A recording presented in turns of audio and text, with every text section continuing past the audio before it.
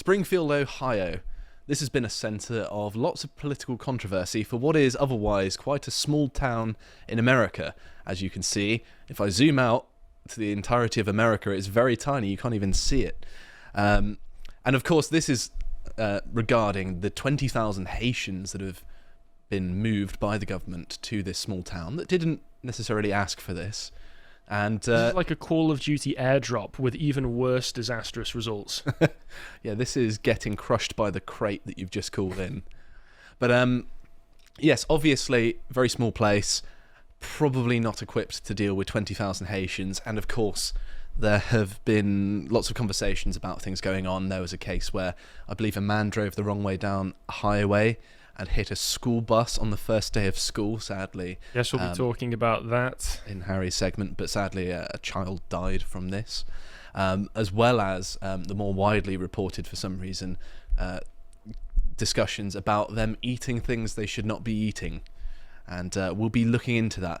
But talking of things that are centres for political controversy, the Islander magazine is out now. So if you want to see what all the cool people are reading, even Harry's got one. They took pity on him. Does this mean I'm a cool person? You are now, yeah. Amazing. Just buying Islander magazine does make you cool. But we have this on the merch store for a limited time only. It's very good. There are some great writers in there. I've had a little sneaky peek at what's in there, and I'm really looking forward to reading some of the articles. Don't tell them that. They won't buy it then, will they? They might. I wrote a nice poem in there. One of them's going to buy it. That's true.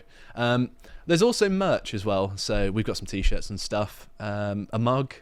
They're all pretty cool. And you will be too if you buy them. So do that. And yes, let's start about sort of fact-checking some stuff. So this lady here is not Haitian. She is one of those so-called African Americans, and she is the person who killed... She's closer to a Haitian than you or I are. That's true, yes, both geographically and potentially genetically as well. But yeah, she is the lady who killed and ate a cat.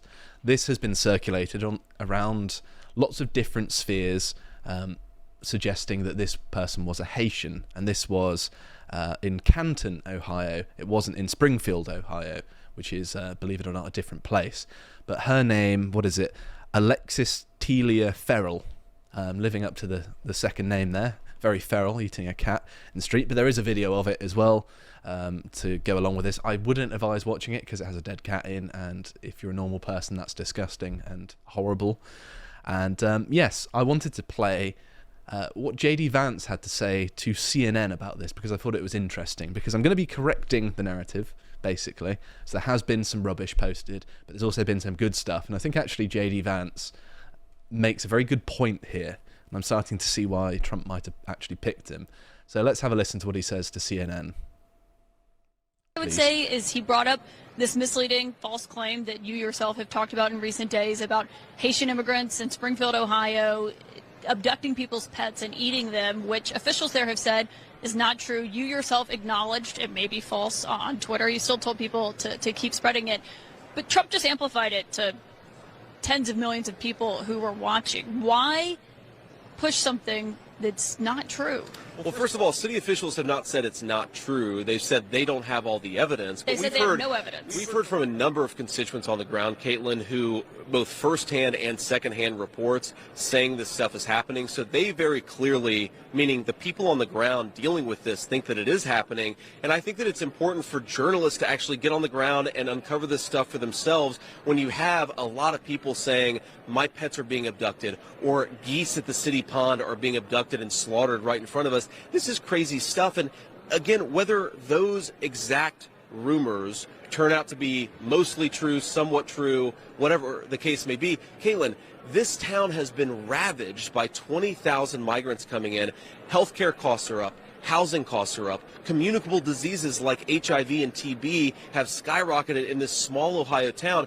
This is what Kamala Harris's border policies have done. And I think it's interesting, Caitlin, that the media didn't care about the carnage wrought by these policies until we turned it into a meme about cats. And that speaks to the media's failure to care about what's going on in these communities. If we have to meme about it to get the media to care, we're going to keep on doing it because the media should care about what's going on. I saw you say Actually, a really good answer. It is, yeah. I was just about to say that was quite politically astute and quite deft in that there are lots of real problems. He didn't necessarily shoehorn it in like some politicians do, where they use it as a segue to talk about what they want to talk about that makes them look good. He said, listen, there are lots of real things that we should be talking about. We did this because you refused to acknowledge these problems, and we're just using this as a vehicle. Whether it's basically true or not, we don't know yet, but that's what people on the ground are saying. I think the greater point that he's making is that whether or not the stories of the cats or dogs are true, we don't know yet, is that all of these people being airdropped into this community has created chaos and causing massive problems. So that's what we need to focus on. Yes, and we can see that these lessons have not been learnt, and we will do. But of course, there has been confirmation. Here is me tweeting about it, very modestly including that in the segment, but I've included it because it isolates the quote here of the person calling the police, and this is there's an audio recording. I can't remember, the Federalist reported on it, and this has been pretty widely shared now. And in that recording, someone says, I see a group of Haitian people, there was about 4 of them, they all had geese in their hands. And this is a call to the police, but the police didn't file a report on it, but they received a call, suggesting that the residents are calling up. It's just that the police haven't formally recognised this problem. Oh, fantastic. I wonder where I've seen that before. It's funny that.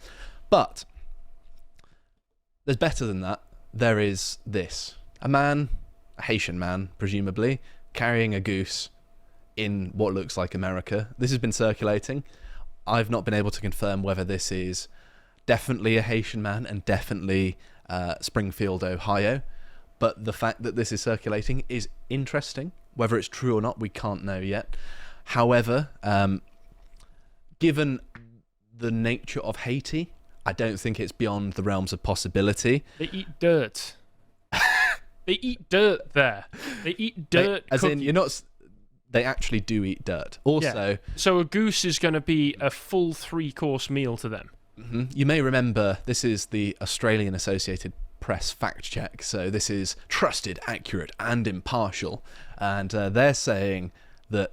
Oh, that's this General is from Barbecue, isn't it? Yes, it is. But this is from March of 2024 when we were all talking about General Barbecue, and there was a video circulating of a gang member engaging in cannibalism, and they said this is false. This actually comes from 2021, which is interesting for our purposes because it does suggest that cannibalism is going on in Haiti. So they did the classic fact check of, well, we'll correct the date and say the whole thing is false, but the actual cannibalism part is true.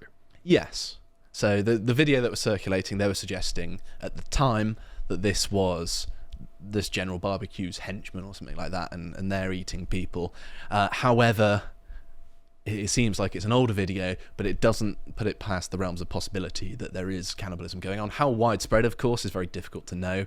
And as Carl rightly pointed out to me the last time I talked about this, it's not necessarily all Haitian people doing it. And I'm going to add that caveat in there. I'm going to add another caveat. Any cannibalism at all is bad. I'm not going to disagree with that, of course. No. I think that's implicit in me talking about it. The fact that the cannibalism is going on and being filmed in Haiti is a bad thing. I have seen the video as well, and I don't encourage people to go and watch it because it's gross. But there is a man pulling flesh off a leg in a fire, clearly a human leg. It's unmistakable, and eating it. And yes, I do think that this is legitimate. So there is also this as well. This is a study from 1959 talking about the persistence of cannibalism in Haiti. So it's a long tradition, right? And of course, there's these articles as well from the 15th of March. This is before all of this pet stuff existed, where Rolling Stone was trying to say, this is an absurd lie that there's a cannibal invasion. But I think the point being is that people are pointing to the fact that this is going on to acknowledge the massive gulf between American society. In America, it's not difficult to get a burger.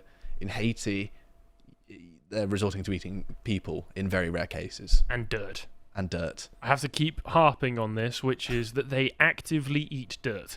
They make it into cookies. According to the clip that keeps going around, a lot of their women spend all day preparing dirt cookies. They're trying their best, Harry, with what they have. Yeah. better than eating people, though. I'm sure this is all France's fault somehow. Mm-hmm. But I'm going to go through some of the articles very quickly, just quick fire through all of these. The Hill, talking about conspiracy theories about them eating pets, complete BS and misinformation, apparently, according to the White House anyway. Here's CNN, false rumours about them. It's difficult to tell because they've not actually investigated it yet, as JD Vance pointed out. We don't know, but there are reports from the local residents saying this sort of thing.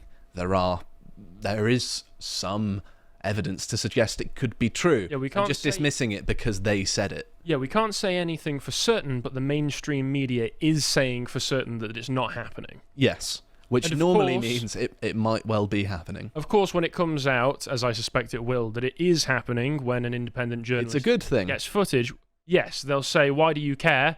It's not even your cat, bro. There'll probably be I'm calling it now, there'll be an article saying actually cats are devastating to the local wildlife. They catch birds and mice that are essential parts of the Native American fauna, or something like that. They'll try and justify it. Here's ABC, Trump talking about abducting and eating pets. That was the best part of the debate. I'll hear no argument.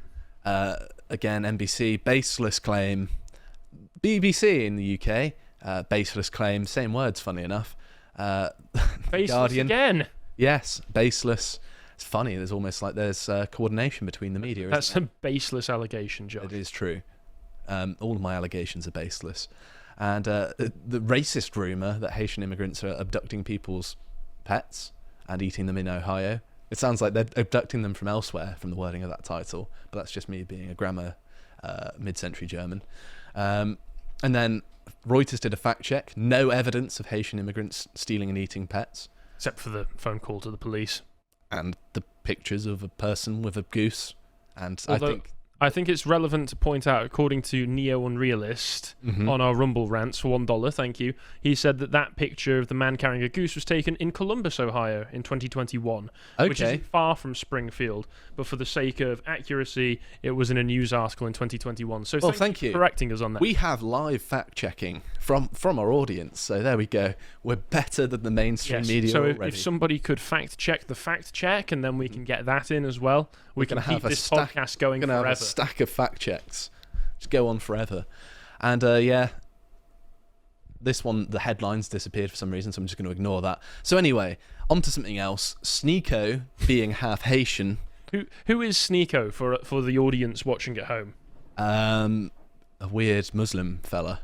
I don't know exactly what he does or is. I just see him saying stupid things. Who is he? He's a streamer, and according to our office manager, apparently he used to work for Mr. Beast. Okay. So the Mr. Beast to Muslim anti-Semite pipeline is a thing.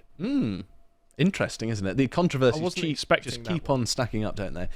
But because he's half Haitian, he took real exception to this story, and he was really angry about it. He's saying it's fake, just like the Muslim refugee who was actually born in Cardiff. It's already verified that the cat lady was just a black American, which is actually true.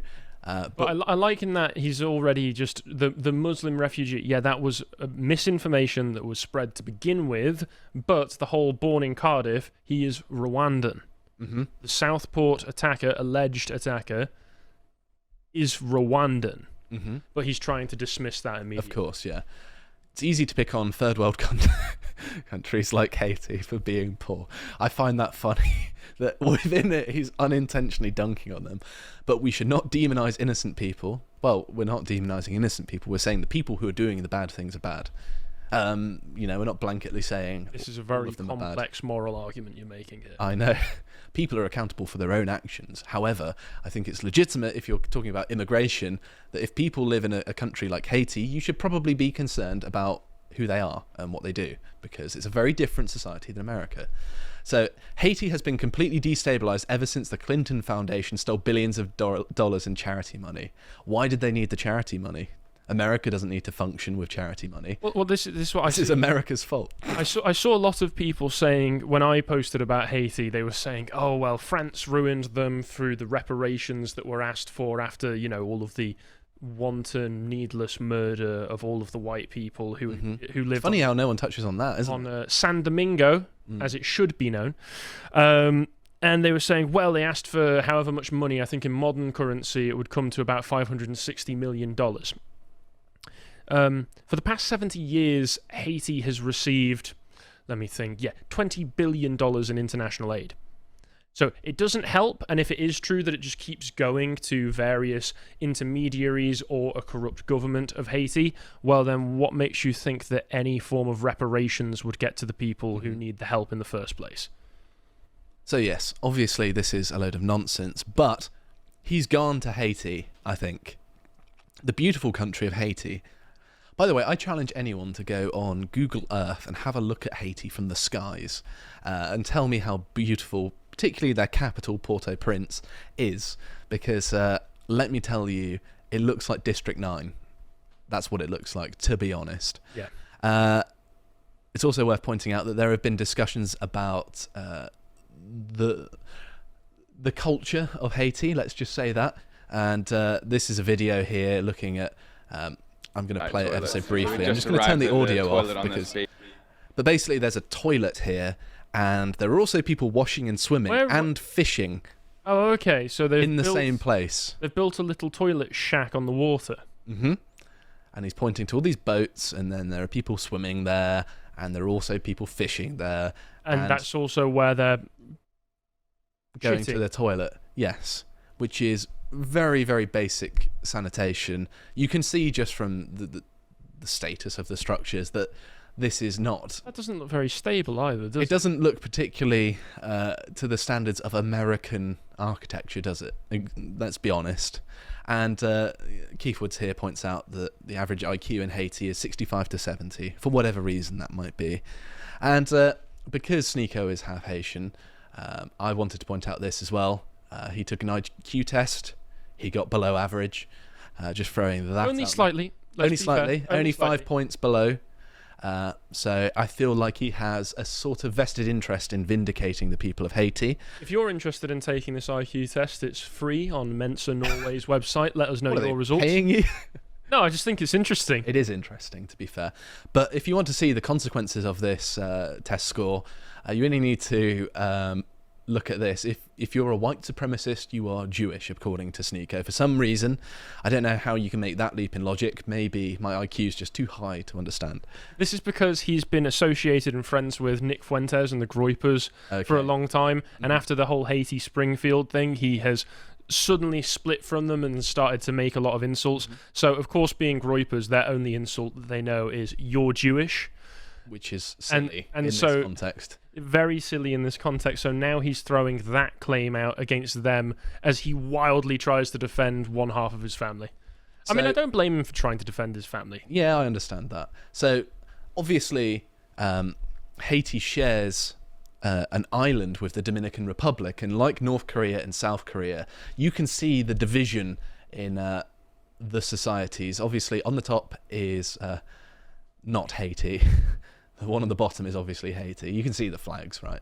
So the Dominican Republic looks like a functional society, and Haiti less so, I would say. I think that is fair to say, right? So you can see the comparison. Obviously, there's a lot of difference there.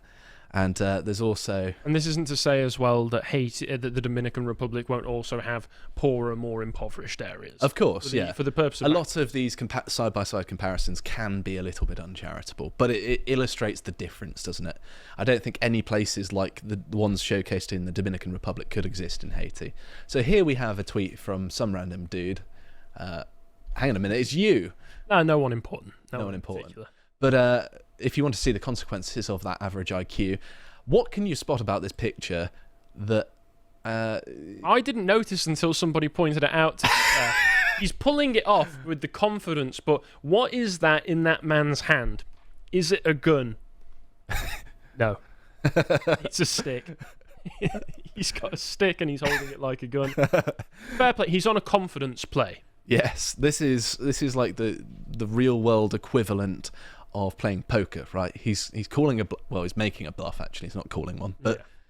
And this is also in response to this girl Katie saying that you can't think that IQ is a real or useful measure of anything, and also believe any country in the world has an average IQ of 67. This is scientific. I know the leftists like to use this, but this is clear scientific denial. We have a lot of evidence showing the functionality of IQ as a measurement of something useful that we can use to measure the likelihood of somebody to either be mentally defunct, you could say, or achieve things and be able to solve it problems. Correlates with success, more generally speaking. It's not the main factor, but it's one that is significant enough to be worthy of study, I think, is my opinion. And it's shown time and time again it is measuring something significant. Yes, it is. But, I mean, it's one of the most studied things in psychology, so yes. Yeah, and sadly, this is what it looks like when your average IQ is 67. Well, I've actually got a detailed breakdown here from Jeremy Kaufman, who does some good stuff, actually. And he says, with an IQ of 67, let's talk about what that means. With an IQ of 67 or below, the average Haitian, over half the country, would be considered too disabled to be eligible for the death penalty in the United States. Some at this level will struggle to understand the cause and effect of basic things, as well as to participate in American society at all. Even filling out forms will be hard. At one standard deviation up from 67, we have an IQ of 82. Around 1 in 6 Haitians are intelligent enough to be a below average janitor. This is the level of intelligence of poor urban areas in America.